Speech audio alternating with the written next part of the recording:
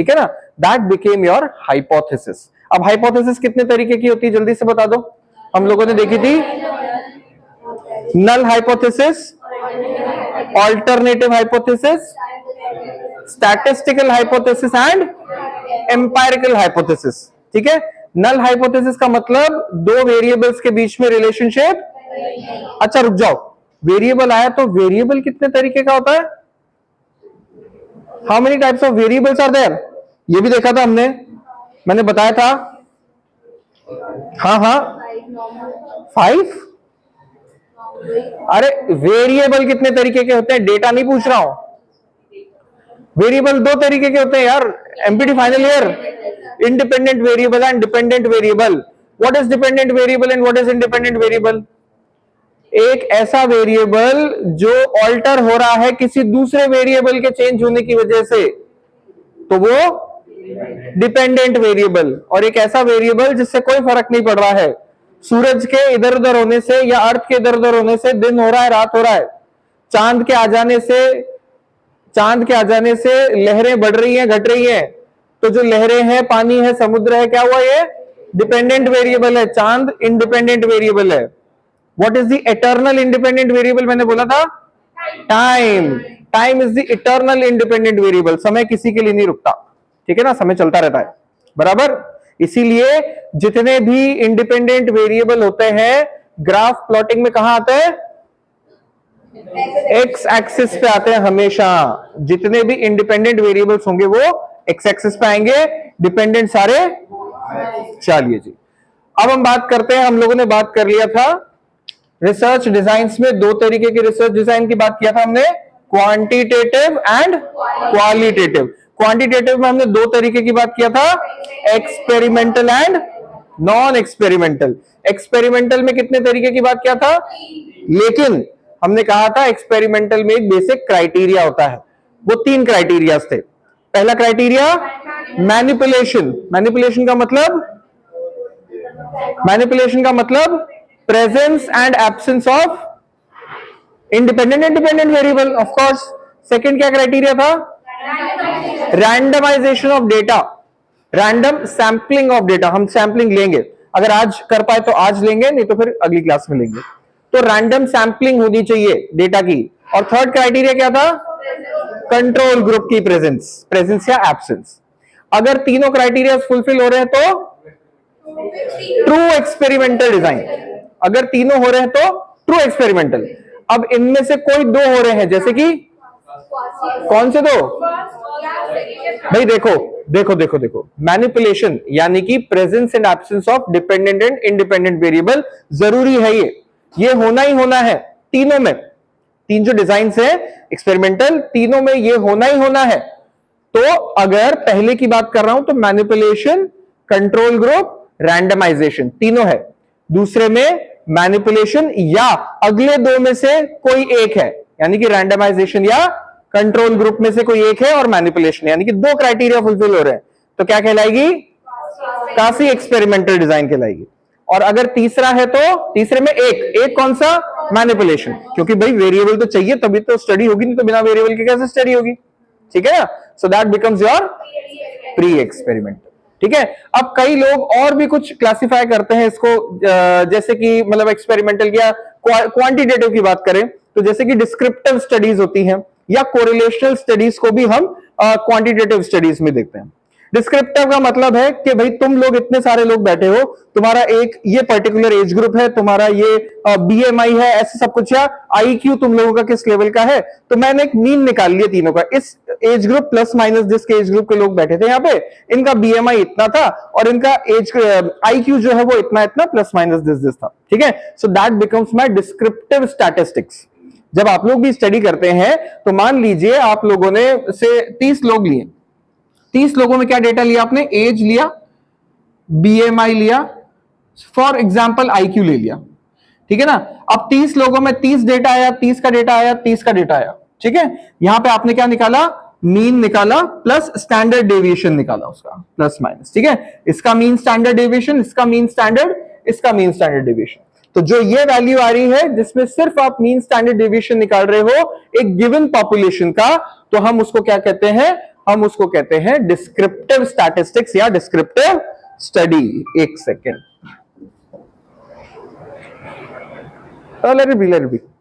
सो उसको हम कहते हैं डिस्क्रिप्टिव स्टडी या डिस्क्रिप्टिव स्टैटिस्टिक्स। अब एक और तरीके की होती है स्टडी जिसको हम कहते हैं क्या, कोरिलेशनल स्टडी। वो भी एक तरीके की क्वांटिटेटिव स्टडी है। अगेन क्वांटिटी निकल करके आ रही है ना, इसलिए क्वांटिटेटिव स्टडी, जिसको हम कहते हैं क्या, कोरिलेशनल स्टडी।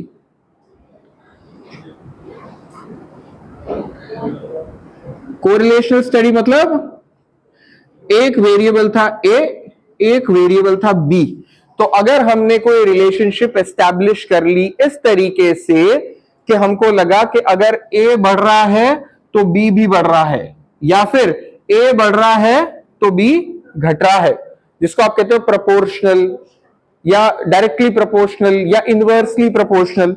अब डायरेक्टली और इनवर्सली में क्या होता है कि जितना ये बढ़ा उतना ही ये भी बढ़ा, लेकिन हमेशा ऐसा जरूरी नहीं है कि जितना ये बढ़ेगा उतना ही ये भी बढ़ेगा, ठीक है ना। कई बार ऐसा होता है कि अगर ये 1 क्वांटिटी बढ़ रहा है तो ये 1.5 बढ़ रहा है, तो जितना टाइम्स दूसरा वेरिएबल अफेक्ट हो रहा है हम उसको कहते हैं कोफिशिएंट ऑफ कोरिलेशन, ठीक है ना। इसको हम आर से डिनोट करते हैं, ठीक है।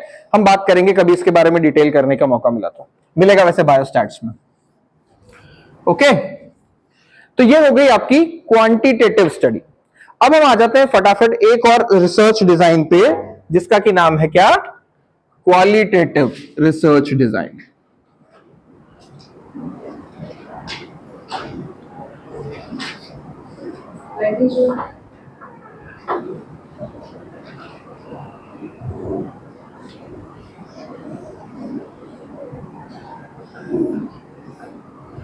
Qualitative research design, qualitative research design भी कई अलग अलग तरीके की होती है, लेकिन पहले हम समझ लेते हैं कि क्वालिटेटिव रिसर्च डिजाइन होती क्या है।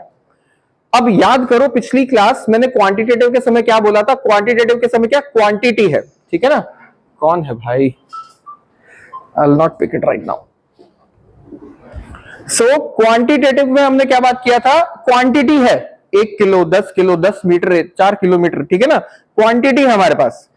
क्वालिटेटिव में हमारे पास सब्जेक्टिव मटेरियल होता है। ऐसा मटेरियल, मान लो तुमने कोई बात बताई, मैंने बात सुन ली तुम्हारी, ठीक है ना। If you are sharing something, मैंने सुन लिया तुम क्या शेयर कर रहे हो, ठीक है। ऐसी चीज जिसको मैं नाप तोल नहीं सकता, जिसको मैं सुन सकता हूं, महसूस कर सकता हूं, क्वालिटेटिव। मैं खुशबू को नहीं नाप सकता, I can sense it, right, so that becomes a qualitative thing, okay. Touch I can, qualitative है, मतलब क्या कहना चाहिए, आई कैन सेंस, राइट। सो उस तरीके की हम डिजाइन्स को, रिसर्च डिजाइन्स को कहते हैं क्वालिटेटिव रिसर्च स्टडीज। अब इसमें कई तरीके की स्टडीज होती हैं, जैसे कि फिनोमेनोलॉजिकल रिसर्च स्टडी या research design. Second is ethnographic research design. Third number is your grounded research design. Fourth number is your case study. Fifth number is your historical research design. And sixth number is your action based research.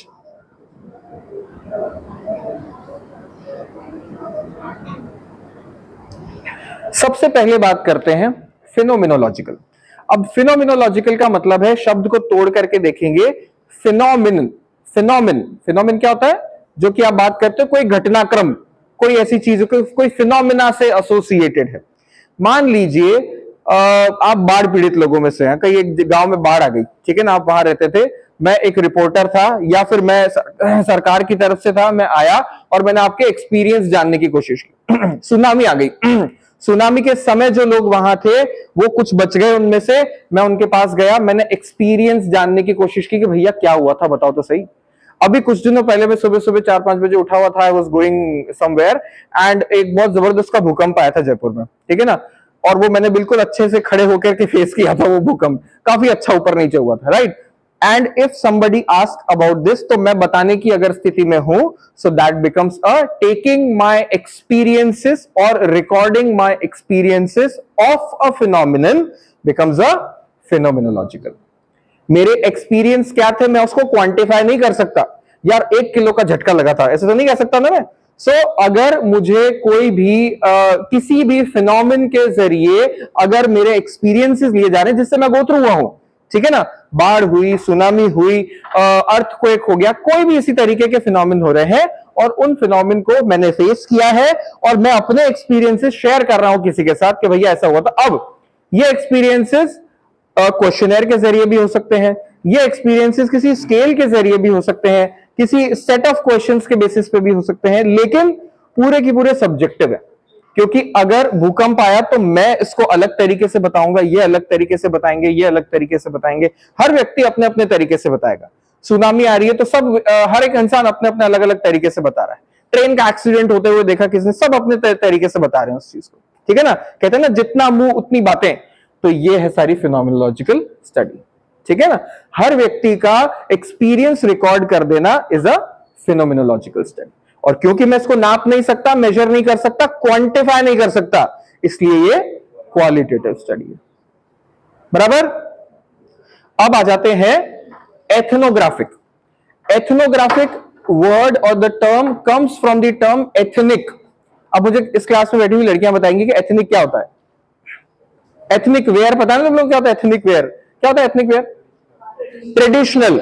Very good.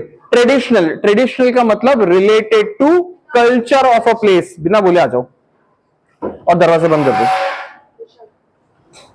Related to the culture of a place. हमारे राजस्थान का एक traditional या ethnic wear है, छत्तीसगढ़ का एक अलग traditional wear है, बिहार का एक अलग ट्रेडिशनल वेयर है, गुजरात का एक अलग ट्रेडिशनल वेयर है, कश्मीर का एक अलग ट्रेडिशनल वेयर है, पंजाब का एक अलग ट्रेडिशनल वेयर, हर जगह का एक अलग एथनिसिटी है, हर एक जगह का एक एथनिक कल्चर है, एथनिक बैकग्राउंड है।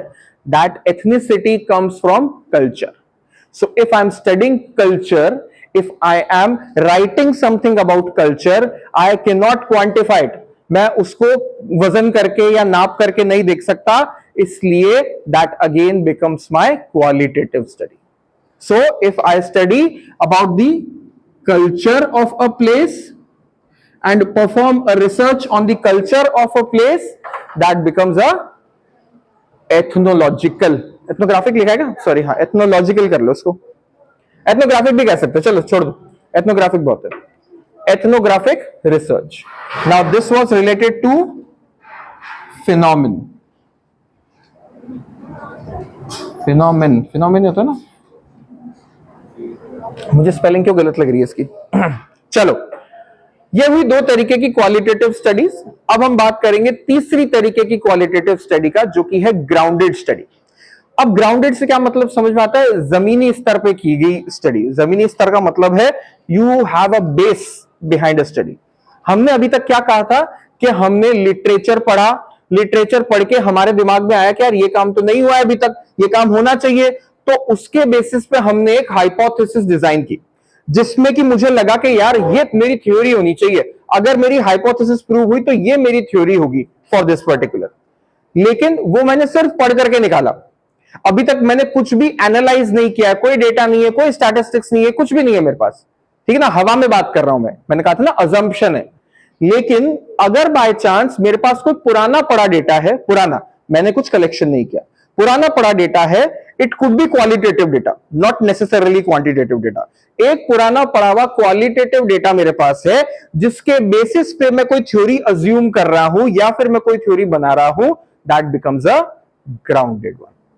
ओके, मान लो तुमने एक रिसर्च किया, इसने एक रिसर्च किया, इसने एक रिसर्च किया, इसने रिसर्च किया, मैंने सारे रिसर्च के रिजल्ट को मिलाया और अपनी एक थ्योरी दे दी मैंने, ठीक है ना, कि भैया ये तो चीज ऐसे हो रही है। That becomes a grounded data, जहां पे ग्राउंडेड स्टडी, जहां पे अवेलेबल डेटा के बेसिस पे I am formulating my theory. अब ये क्वालिटेटिव कैसे हुई? क्योंकि थ्योरी मैं फॉर्म कर रहा हूं, काम जो क्वांटिटेटिव था वो आप लोगों ने किया, लेकिन क्वांटिटेटिव का कंक्लूजन क्रक्स निकाल करके क्वालिटेटिव वर्क मैंने कर दिया। That is how it becomes a qualitative study, ठीक है जी। अब इसके बाद में है क्या? Case study. Case study is eternal again qualitative study. क्यों? क्योंकि इसमें किसी भी प्रकार का कोई भी स्टैटिस्टिकल एनालिसिस नहीं होता है। भाई क्या रहा, हम कैसे करते हैं केस स्टडीज, मोटे मोटे तौर पे जितने इंटर्न्स भी बैठे हैं यहाँ पे और एमपीटी के फाइनल ईयर्स भी बैठे हैं यहाँ पे, और भी कई लोग जिन लोगों ने अगर शायद कर रखी है स्टडीज पहले, तो क्योंकि मैक्सिमली इंटर्न्स जो है उन लोगों ने अपने अपने फाइनल ईयर्स में केस स्टडीज ही की थी। मैक्सिमम जनता ने जो आउटकम मेजर्स लिए थे वो क्या थे? क्वेश्चनर्स, हाँ क्वेश्चनर्स, स्केल्स, जो पेशेंट को दे दिया, पेशेंट ने भर लिया, सब्जेक्टिव आउटकम मेजर था। मैंने पहले भी बात की आप लोगों से कई बार अलग अलग क्लासेस में कि अगर आप क्वेश्चनर की बात कर रहे हो तो पहली बात तो क्वेश्चनर्स जो होते हैं वो सेल्फ एडमिनिस्टर्ड होते हैं। सेल्फ एडमिनिस्टर्ड का मतलब कभी भी ऐसा मत बोलना किसी एग्जामिनर के सामने या कहीं पे भी आप खड़े हो पेपर प्रेजेंटेशन में, रिसर्च प्रेजेंटेशन में, कि भैया मैंने पूछा उनसे सवाल और उसने मुझे बताया और मैंने टिक कर दिया। गलत। आपने अगर कोई रिसर्च में अगर आप कोई क्वेश्चनर ले रहे हो तो आपको हमेशा ये बात कहनी है that I have given the questionnaire to the patient himself. उन्होंने पढ़ा, उन्होंने जो समझा उसके बेसिस पे उन्होंने भर दिया। That becomes a qualitative again, sorry, that again becomes a qualitative, चाहे आपके पास उसके बेसिस पे कोई नंबर ही क्यों ना आ रहा हो लास्ट में, क्योंकि बहुत सारे ऐसे क्वेश्चनर्स हैं जिसका कि आउटकम जो है वो नंबर के बेसिस पे आता है। ठीक है ना, बहुत सारे ऐसे क्वेश्चन ऐसे जिनका कि आउटकम नंबर के बेसिस पे आता है, जैसे कि वैस, सिंपल वैस हुआ, एनपीआरएस हुआ, नंबर ही तो मिलता है। लेकिन क्या वो कोई क्वांटिटेटिव मेजर है? नहीं है। क्यों? क्योंकि उसकी इंट्रा सब्जेक्ट रिलायबिलिटी बहुत कम होती है। मैं मेरे ख्याल से मैं सभी लोगों से बात कर चुका हूं इंट्रा सब्जेक्ट रिलायबिलिटी के बारे में। इज इट ओके मैं समझाऊं इंट्रा सब्जेक्ट रिलायबिलिटी क्या होती है? इंट्रा सब्जेक्ट रिलायबिलिटी का मतलब, रिलायबिलिटी का क्या मतलब है? If somebody is reliable or not। Sonali ने मुझसे कोई बात कही, क्या पता सच बोल रही है झूठ बोल रही है, ठीक है ना, कितना सच कितना झूठ वो होता है मार्कर ऑफ रिलायबिलिटी। ठीक है ना, क्या इसका दिया हुआ स्टेटमेंट रिलायबल है मेरे लिए, वैसे ही क्या वैस का दिया हुआ जवाब रिलायबल है मेरे लिए। अब कैसे पता चलेगा? मान लीजिए आप आपके पास कोई पेशेंट आ रहा है, मान लो 56 और 76 ईयर्स ओल्ड कोई इंडिविजुअल आ रहा है, सॉरी, हाँ मान लीजिए कोई 60 इयर्स ओल्ड इंडिविजुअल आ रहा है, उसको शोल्डर में पेन है पिछले 2 महीने से और वो बहुत ही इरिटेटेड है इस शोल्डर के पेन की वजह से ना, नैगिंग सा पेन हो रहा है उस इंसान को, मान लो फ्रोजन शोल्डर था उसको। आपने पूछा कि भैया कितना दर्द है आपको, उसने एक नॉर्मल सेट ऑफ आंसर बता दिया आपको। कट टू अनदर स्टोरी, अगले दिन आया वो बाहर बहुत गुस्से में तमतमाता हुआ है, झगड़ा हो गया उसका किसी से ना, ऑटो में आया था, ऑटो वाले ने 15 रुपए ज्यादा ले लिए जो बताया था उस चीज से, ठीक है ना, तो उनको गुस्सा आ गया बहुत जबरदस्त। उस गुस्से में आया, तुमने आते का कि सर कितना पेन है आज, 10 में से नंबर दो, उसने 8 है मेरे तो दर्द आज, ठीक है ना, क्योंकि गुस्सा आ गया। मतलब उनका साइकोलॉजिकल टेम्परामेंट जो है वो अनस्टेबल है, इसकी वजह से जो रेटिंग वो देंगे वो हमेशा एडवर्स होगी। कट टू वही उसी ऑटो वाले ने 20 रुपए का डिस्काउंट दे दिया उनको, तो उनको लगा रहे वाह कितना अच्छा दिन है यार आज तो, सुबह सुबह उठते 20 रुपए का फायदा। सो अब जैसे ही आपने कहा सर कितना दर्द है, अरे आज तो मेरा 4 है दर्द, या he is feeling good, right. So that is why the patient is same, इंसान सेम है। दो अलग अलग ऐसी सिचुएशंस हैं जिसका उनकी पैथोलॉजी से कोई मतलब नहीं है, लेकिन आउटकम पे इंपैक्ट डाल रहा है वो। तो हमारा आउटकम इस लायक ही नहीं है कि वो ऐसे एक्सेसरी जो क्या कहना चाहिए वेरिएबल्स है, मतलब फैक्टर्स है, उनको एलिमिनेट कर सके, ठीक है ना। इसलिए हमारा जो आउटकम है वो क्वालिटेटिव है, क्वांटिटेटिव नहीं है, राइट। क्योंकि इसकी इंटरनल वैलिडिटी और इंट्रा सब्जेक्ट रिलायबिलिटी, भाई सब्जेक्ट तो एक ही था ना, एक ही सब्जेक्ट ने दो अलग अलग कंसिक्वेंसेज में दो अलग अलग जवाब दे दिए, तो एक ही सब्जेक्ट जब दो अलग अलग जवाब दे रहा है तो that becomes intra subject reliability, and was and the other questioners have poor intra subject reliability. बराबर है जी।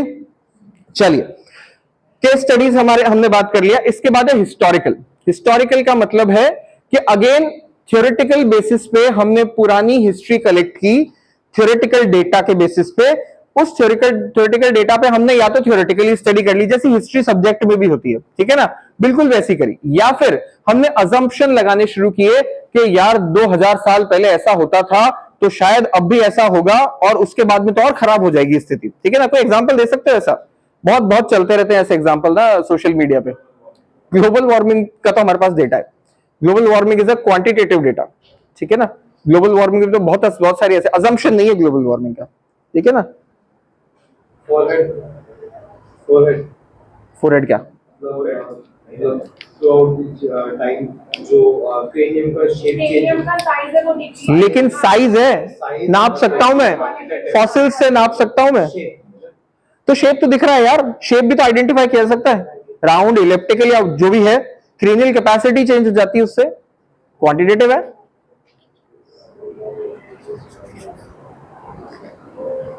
मैंने पिछले क्लास में कोई होमवर्क दिया था तुम लोगों को? इस क्लास का है ये। ले लो, तो खुश हो रहे हो ना बड़े तुम, ले लो। मुझे हिस्टोरिकल स्टडी डिजाइन का एक एग्जांपल बताओगे, ठीक है ना? Everybody of you. Last becomes your action based research, एक ऐसी रिसर्च जहां पे आपने रिसर्च की के मेथड्स को क्लैरिफाई कर लिया है and where you have to take an action, ठीक है ना? ये लीस्ट यूज्ड रिसर्च डिजाइन है, क्योंकि मैंने आज तक कहीं लिखा नहीं देखा अपने रिसर्च पेपर्स में कि एक्शन बेस्ड रिसर्च की है, कभी भी नहीं हुआ। और मेरी नजर में सारी रिसर्चेस जो होती है वो एक्शन बेस्ड रिसर्चेस ही होती है, ठीक है ना? नॉन एक्शन बेस्ड रिसर्च कभी भी नहीं होती है। सो आपसे कोई पूछे कि क्या होती है, तो आपको सिर्फ इतना ही कहना है कि where you have a set method of a research and where you have to take it as an investigator, you have to take an action to accomplish that particular research. That's it. ठीक है? तो ये हुई बात हमारी qualitative research design की। अब इसके बाद हम लोग आगे बढ़ते हैं, मतलब this is it with the research designs. अब हम इसके बाद बढ़ते हैं आगे रिसर्च प्लान के बारे में। नाम सुना है रिसर्च प्लान का? समय बताते रहना मुझे तुम लोग। 3:30 है ना? I'll take 20 minutes for this. Research plan, या जिसको आप एक और नाम से जानते हो रिसर्च प्रपोजल।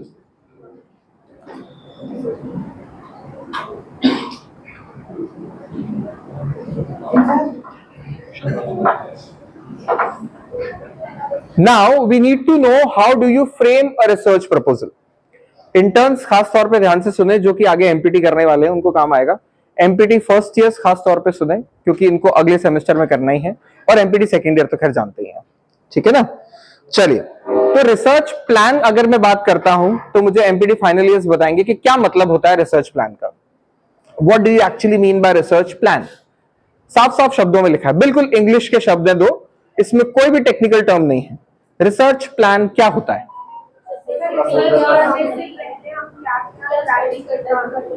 क्या फायदा होगा उसका, क्या स्टडी की नीड क्या है, स्टडी का बॉन्ड क्या है। ओके, गुड, क्या फायदा, very good. Research plan basically वो क्राइटेरिया बेस्ड जिसमें आप ये डिजाइन करते हो कि आपको किस चीज पे काम करना है, किस तरीके से काम करना है। तो मोर और लेस वो ये जो बाकी सब लोगों ने कहा है।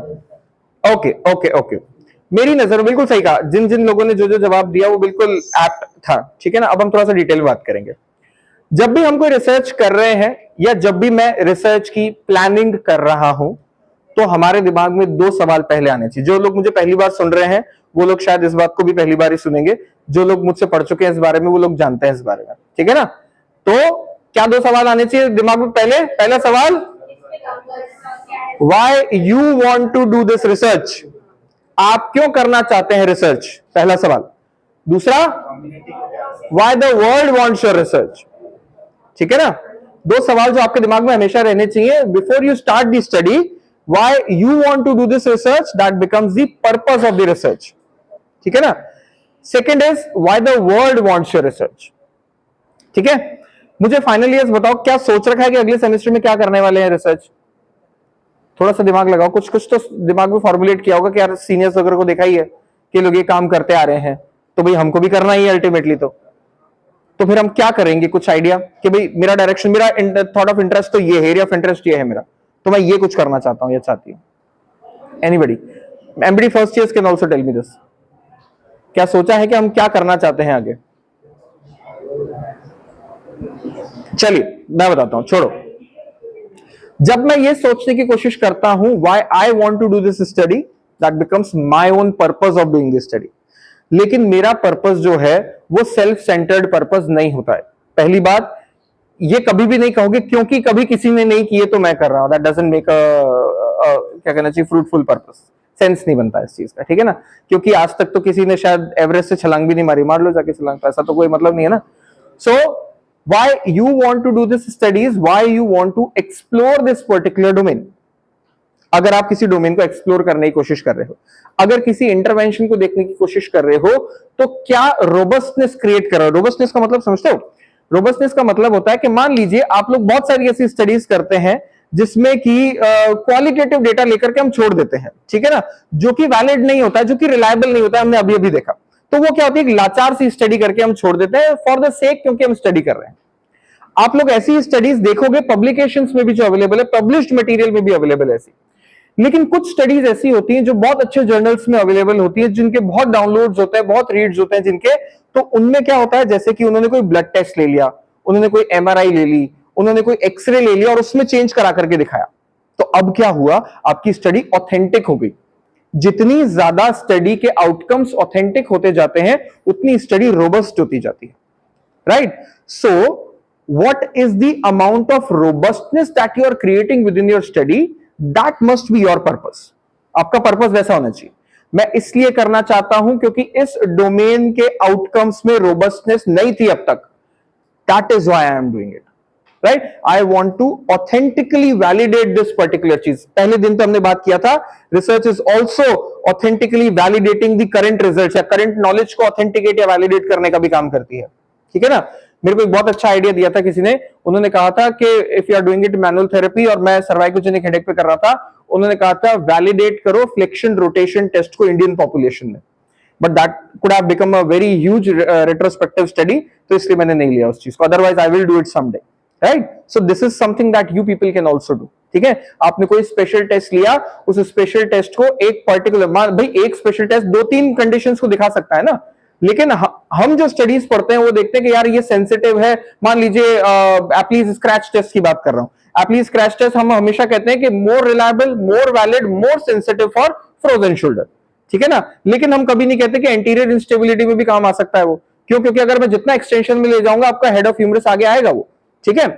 तो आप ये भी चीज कर सकते हो to show that it is, to show the robustness of this particular test, कि भैया ये सिर्फ क्या कहना चाहिए, फ्रोजन शोल्डर में नहीं, एंटीरियर इंस्टेबिलिटी में भी काम आएगा। You can validate it different way. I am just giving an example, ठीक है ना? अब इसमें बहुत सारे तोड़े जो मैं भी निकाल सकता हूं अभी के भी, ठीक है? तो वो नहीं, इस पर हम बात नहीं कर रहे। So research plan is actually the planning और the framework that comes to your mind, और the method that you follow to accomplish a research. आपको रिसर्च करनी है, कंप्लीट करनी है, तो उसके लिए एक फ्रेमवर्क डिजाइन जो हम फॉलो करते हैं, या मेथड जो फॉलो करते हैं, that actually becomes your research plan. Research plan के लिए सबसे पहली चीज क्या होती है? और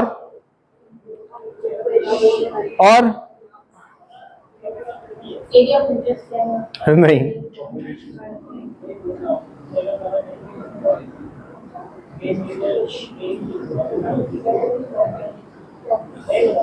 मैंने पहले दिन बात कही थी, research is a solution to the problem, answer to a question. जब कोई प्रॉब्लम ही नहीं होगी तो सोल्यूशन किस बात का ढूंढोगे? इसीलिए पर्पस पहले नहीं आता है, ठीक है ना? आपने किसी भूखे को देखा, तब आपने सोचा कि चलो मैं इससे खाना खिला देता हूं, ठीक है ना? खाना खिला देना सोल्यूशन था, मेरा पर्पस था कि चलो मैं जाके खाना खिला देता हूं, लेकिन प्रॉब्लम पहले आई कि वो भूखा था, ठीक है ना? तो research, problem comes first always. अब रिसर्च प्रॉब्लम, क्या एक्चुअली रिसर्च प्रॉब्लम फर्स्ट होती है, या रिसर्च प्रॉब्लम से भी पहले कुछ आना चाहिए?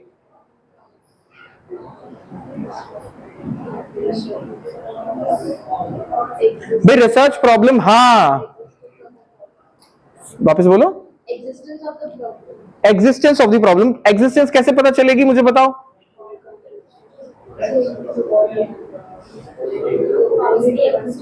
ऑलरेडी एग्जिस्ट क्या कर रहा है, हमें कैसे पता चला ऑलरेडी एग्जिस्ट कर रही है प्रॉब्लम?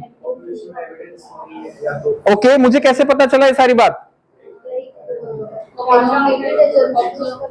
एक एक करके बोलो, मुझे समझ ही नहीं आ रहा क्या बोल रहे हो। तुमने बोल लिया, रुक जाओ थोड़ा सा, बाकी लोगों को मौका दो। हाँ बताओ, तुम लोग कुछ बोल रहे थे ऐसे। ऑब्जर्व करके, क्या ऑब्जर्व करके? आई टेक योर पॉइंट, आप पूरी तरह से गलत नहीं हो। Anybody else?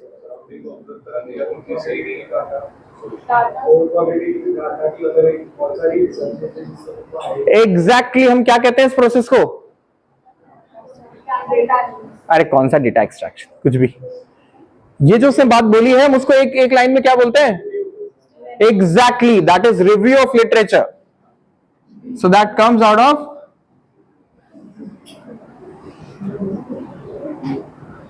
भैया प्रॉब्लम हमेशा देख करके नहीं आती है। ये तो अभी मैंने भूखे और उसके खाना खिलाने वाली एग्जांपल दे दिया तो ऑब्जर्वेशन आ गया।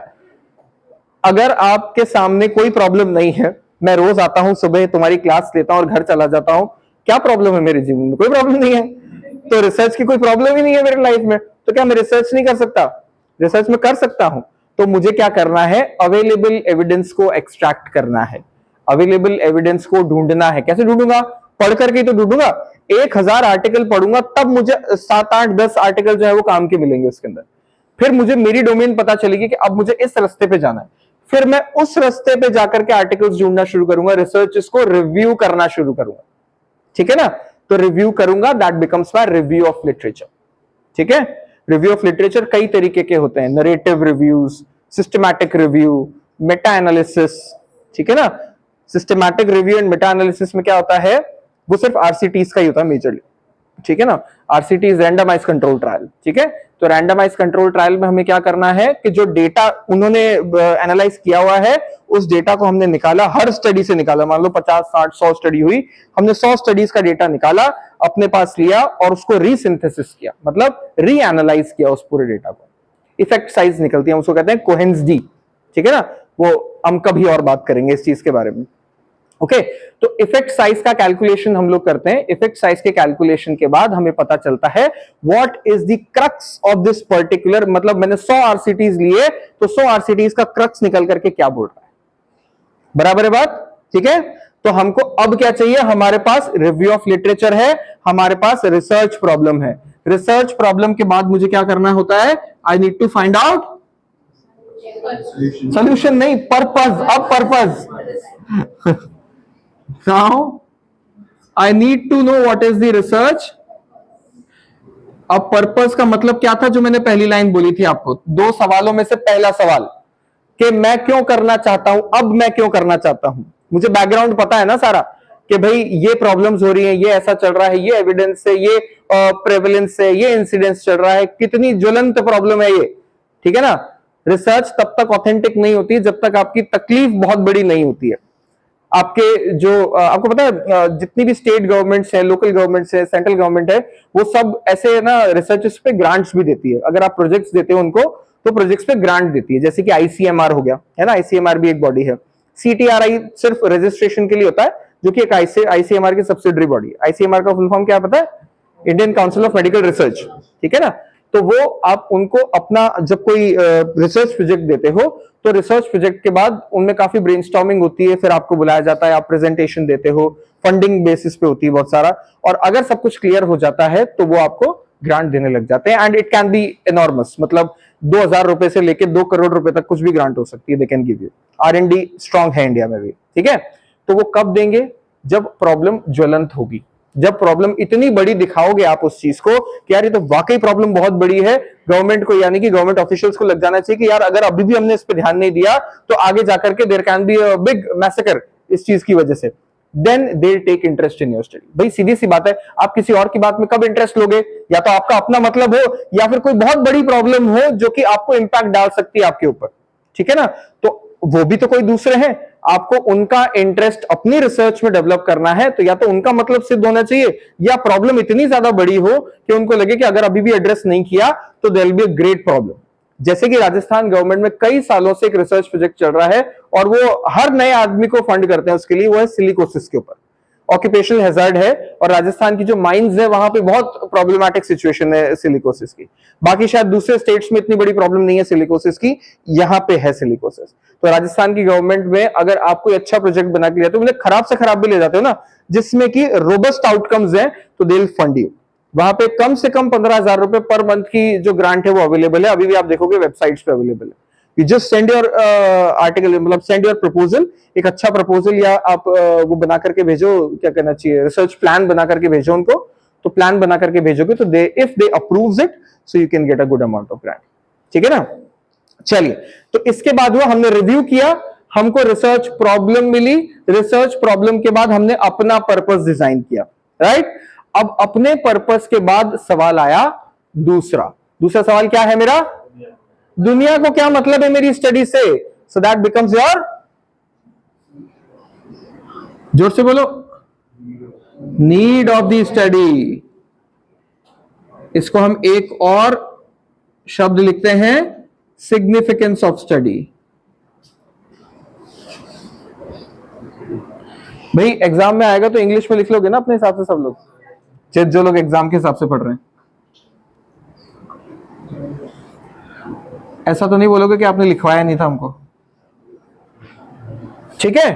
Need of the study is your, और the significance of the study is how significant your study is for the community, for the world. दुनिया पे क्या प्रभाव पड़ रहा है। तो हमेशा अपनी स्टडी में जब भी आप सिग्निफिकेंस या नीड लिखोगे तो कितनी फायरी प्रॉब्लम है, कितनी ज्वलंत प्रॉब्लम है, उसको सबसे पहले दिखाओगे। दुनिया में क्या कमी पड़ रही है अगर तुम्हारी स्टडी नहीं है, इसको मैं अगर बिल्कुल चालू लैंग्वेज में बताऊं तो अगर तुम्हारी स्टडी नहीं हो रही है तो दुनिया को क्या नुकसान हो रहा है, बस इसी बात को लिखना है आपको, अच्छे शब्दों में फॉर्मुलेट करके, right? Why the world wants your study, हमेशा याद रखना इस लाइन को, क्योंकि मेरे टीचर्स ने मुझे ऐसे ही सिखाया और मुझे ना ये दो लाइनें हमेशा याद रहती जब भी मैं प्लान या प्रपोजल पढ़ाता हूं तो, और मैं कभी ये किसी किताब में लिखी हुई नहीं मिलती है आपको, ये तो बस मैंने भी पढ़ा है कहीं से तो मुझे याद है इस चीज में, ठीक है ना? So always remember two questions, why you want to do this study and why the world wants your study. So community को, दुनिया को क्या फायदा हो रहा है? एक तो मैंने अभी आप लोगों को बताया, रिसर्च प्रॉब्लम में रोबस्टनेस अगर आ रही है आपकी स्टडी से, अगर आप कोई बहुत ही ऑथेंटिक आउटकम मेजर लेकर के आ रहे हो जो कि आपकी इंटरवेंशन को वैलिडेट कर रहा है, तो वो अपने आप में एक बहुत बड़ी नीड है या बहुत बड़ी सिग्निफिकेंस है। मान लीजिए आप कोई मैनुअल थेरेपी कर रहे हैं, आप बता रहे हो कि यार अगर मैं मान लीजिए लंबर लिस्टिंग है, ठीक है ना, स्कोलियोसिस है लंबर स्पाइन में, ठीक है, और स्कोलियोसिस की वजह से आपने सीटी स्कैन कराया या अल्ट्रासाउंड कराया और आपने कहा देखो ये थोड़ा थोड़ा लेटरल साइड फ्लेक्शन या साइड टिल्टिंग में जा रहे हैं या साइड शिफ्ट में जा रहे हैं, लेटरल शिफ्ट हो रहा है वर्टेब्रास का। आप बोलोगे कि देखो मैंने मैनुअल थेरेपी करा, अच्छा अल्ट्रासाउंड से आपने ये और बता दिया देखो इतना सेंटीमीटर का साइड शिफ्ट हो रहा है वर्टेब्रास के अंदर। फिर हमने क्या किया, हमने मैनुअल थेरेपी कराया, हमने एक्सरसाइज कराया और हमने 3 हफ्ते 4 हफ्ते के बाद फिर से अल्ट्रासाउंड कराया उसको, मस्कुलोस्केलेटल अल्ट्रासाउंड, और मैंने बता दिया देखो ये जो मिलीमीटर सेंटीमीटर जो दिख रहे थे वो कम हो गया है। नाउ अगर आपने ऐसा करा दिया, so this actually becomes a robust outcome, ये आपने आउटकम को वैलिडेट कर दिया है, ठीक है ना? ऑल्दो रोबस्ट आउटकम एक्चुअल तब होता है जब आपका आउटकम गोल्ड स्टैंडर्ड के करीब हो या गोल्ड स्टैंडर्ड हो, लेकिन हमारी हर स्टडी में गोल्ड स्टैंडर्ड अवेलेबल नहीं होता। जैसे कि मैं ऑर्थोपेडिक्स के रिस्पेक्ट में ही बात करूं तो ऑर्थोपेडिक्स के रिस्पेक्ट में मैक्सिमम जगह जितना आप जॉइंट ले लेते हो या इंट्रा आर्टिकुलर कोई स्ट्रक्चर लेते हो तो arthroscopy is actually the gold standard, लेकिन मैं हर पेशेंट के लिए आर्थ्रोस्कोपी तो नहीं करा सकता। मान लो किसी पेशेंट को फ्रोजन शोल्डर है या किसी पेशेंट को लो बैक पेन है तो मैं तो नहीं कह दूंगा आर्थ्रोस्कोपी करा लो भाई, कोई कराएगा भी नहीं, भाग जाएगा वहां से, ठीक है ना? तो आपको इस चीज का ध्यान भी रखना है। सेकेंड चीज, जैसे मैं एग्जाम्पल दे रहा हूं आप लोगों को, अल्ट्रासाउंड इज रिलेटिवली ओके, लेकिन एक्सरे हुआ, एमआरआई हुआ, सीटी स्कैन हुआ, इसमें रेडियोलॉजिकल एक्सपोजर होता है। रेडियोलॉजिकल एक्सपोजर भी आप एक पेशेंट को बार बार नहीं करा सकते हो। मान लीजिए 2 केस लेता हूं। पहला केस एक्सरे सस्ता होता है, हो सकता है आप किसी हॉस्पिटल के थ्रू करा रहे हो तो वो फ्री भी कर दे उस चीज को, ठीक है ना? तो क्या होगा, एक एथिकल कंसिडरेशन बहुत बड़ा कि भैया एक ही पेशेंट पे आपने 1 महीने के अंतर्गत में 2 बार एक्सरे करा दिया, रेडियोलॉजिकल एक्सपोजर से जो होने वाली प्रॉब्लम्स है उससे आप कैसे बचा रहे हो पेशेंट को? बाय चांस किसी को, अब कई कॉम्प्लिकेशंस होती है रेडियोलॉजिकल एक्सपोजर से, मैं नाम नहीं लूंगा उन चीजों का, लेकिन अगर बाय चांस वो कॉम्प्लिकेशंस हो गई तो फिर आप कैसे मैनेज करोगे उस चीज को? मतलब आपका तो आउटकम निकल गया, बेचारा पेशेंट मर रहा है तो मर रहा है, ठीक है ना? तो हम ऐसा तो नहीं कर सकते, ठीक है? So that is what you need to take in consideration, that you should clear the ethical measures. इसी चीज के लिए हर बड़े इंस्टीट्यूट में या जो रिसर्च सेंटर्स होते हैं वहां होती है आईईसी।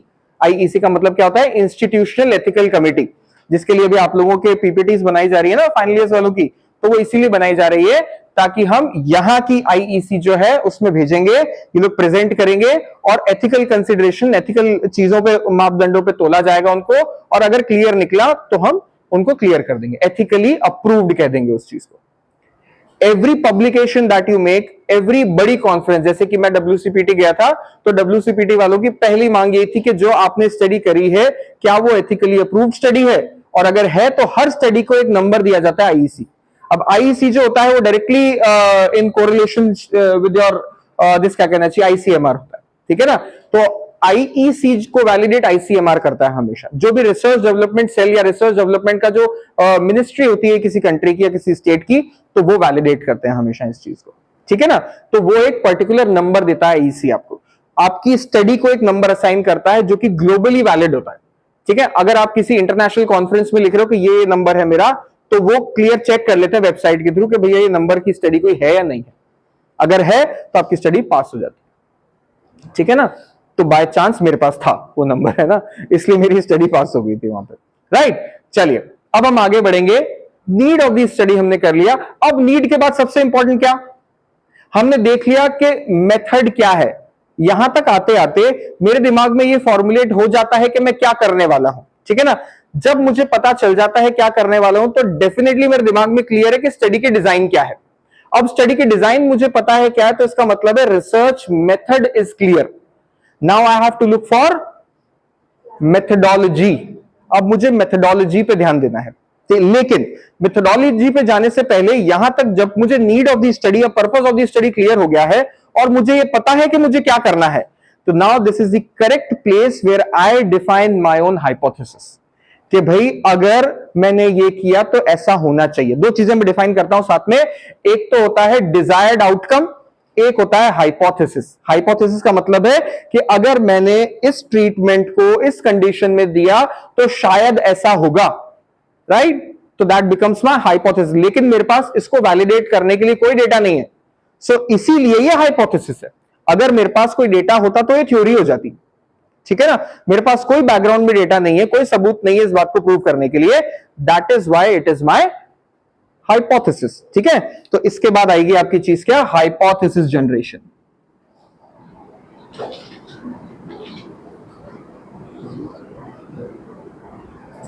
क्या टाइम हो गया है, 5 मिनट और ले लें। किसको जाना था, कोई था जो जाने वाला, इज दैट ओके, 5 मिनट ले लूं, ठीक है। हाइपोथेसिस जनरेशन होता है। हाइपोथेसिस जनरेट हो गई तो हाइपोथेसिस के इमीडिएट, अब हाइपोथेसिस में मुझे मान लीजिए मेरे पास 2 इंटरवेंशन थी। कोई एग्जांपल दो यार अपना एमपीटी फाइनल ईयर वाले, कोई जल्दी से कोई एग्जांपल दे दो। तुम ही दे दो, तुमने क्या दिया था, सीबीटी न्यूरोबिक्स इन नोमोफोबिया, ठीक है। अब हमने क्या किया, एग्जांपल ले लेता हूं मैं। एक है मेरे पास सीबीटी इंटरवेंशन, एक है मेरे पास न्यूरोबिक्स ना, एरोबिक्स जैसा neurobics on nomophobia.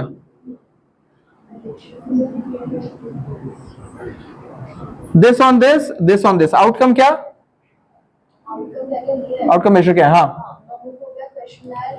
Tampa scale होती है ना इसकी, टेम्पा स्केल होती है। कौन सी स्केल होती है इसकी, नोमोफोबिया की? नहीं वो तो काइनिजोफोबिया की होती है टेम्पा। मिटे पाओ जो भी होगा, चलो। तो हमने क्या किया, हमारे पास 2 चीजें हैं। Objective 1, effect of CBT over nomophobia. क्या इंपैक्ट डाल रहा है सीबीटी नोमोफोबिया पे, ये मेरा पहला ऑब्जेक्टिव है, क्योंकि मुझे फाइंड आउट करना है। ऑब्जेक्टिव वो चीज जो मुझे फाइंड आउट करनी है इसके अंदर। एक चीज हमेशा याद रखना, अगर आपकी स्टडी डिजाइन क्लियर है, इससे पहले ही जो क्लियर है हमारी, और ऑब्जेक्टिव जहां क्लियर हो जाते हैं, ऑब्जेक्टिव से आपको एक्चुअली पता चलता है कि हर ऑब्जेक्टिव के लिए कौन सा स्टैटिस्टिकल टेस्ट लगेगा, ठीक है ना।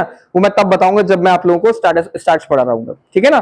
तो कौन से ऑब्जेक्टिव के लिए कौन सा स्टैटिस्टिकल टेस्ट लगने वाला है, वो यहां के बाद क्लियर हो जाता है, ठीक है। तो मेरा पहला ऑब्जेक्टिव क्या है, सीबीटी का इफेक्ट देखा हमने नोमोफोबिया पे। दूसरा मेरा ऑब्जेक्टिव क्या है, न्यूरोबिक्स का इफेक्ट देखा मैंने नोमोफोबिया पे।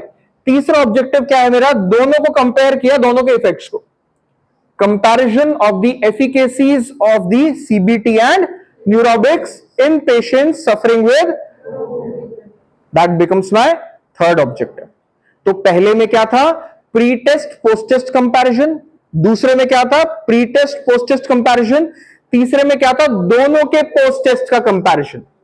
तो ये क्या हुए मेरे 3 ऑब्जेक्टिव जो मैं करने वाला हूं आगे जाकर, ठीक है। सो हाइपोथेसिस के बाद क्या जनरेट हुआ मेरा, ऑब्जेक्टिव्स। ऑब्जेक्टिव के बाद डायरेक्टली, अब वैसे ऑब्जेक्टिव के साथ साथ ही मेरा रिसर्च क्वेश्चन भी आ जाना चाहिए, ठीक है ना। व्हाट इज, या क्या ऐसी चीजें जो मैं अपनी रिसर्च से पूछ रहा हूं, भाई मैं तो क्या पूछ रहा हूं इस केस में कि क्या सीबीटी इफेक्टिव है नोमोफोबिया के लिए, क्या न्यूरोबिक्स इफेक्टिव है नोमोफोबिया के लिए, क्या दोनों के इफेक्ट्स में कोई कंपैरिजन भी है या नहीं है, या सेम है, या दोनों ही इफेक्टिव नहीं है, ठीक है ना, वो दोनों ही कंपैरिजन से हमको पता चल जाएगा, राइट। सो ऑब्जेक्टिव के साथ साथ आ जाएगा मेरा रिसर्च क्वेश्चन, ठीक है। इसके बाद आता है आपका मेथोडोलॉजी। मेथोडोलॉजी से नेक्स्ट क्लास में ले लूं, ठीक है ना, रिसर्च प्लान हम आगे कंटिन्यू कर लेंगे। सो द लास्ट जहां पे मैं छोड़ रहा हूं दैट इज मेथोडोलॉजी। हम मेथोडोलॉजी से शुरू करेंगे और लास्ट तक जाएंगे कि हमको कहां कहां तक लेकर के जाना है इस चीज को। अंडरस्टैंडेबल आज की बात? कोई queries questions for today's class? जी हाँ, नहीं, नैरेटिव रिव्यू कह सकते हो आप उसको, क्योंकि नैरेटिव रिव्यू जो होता है वो यूजुअली जो होता है it is qualitative in nature. You can switch this of.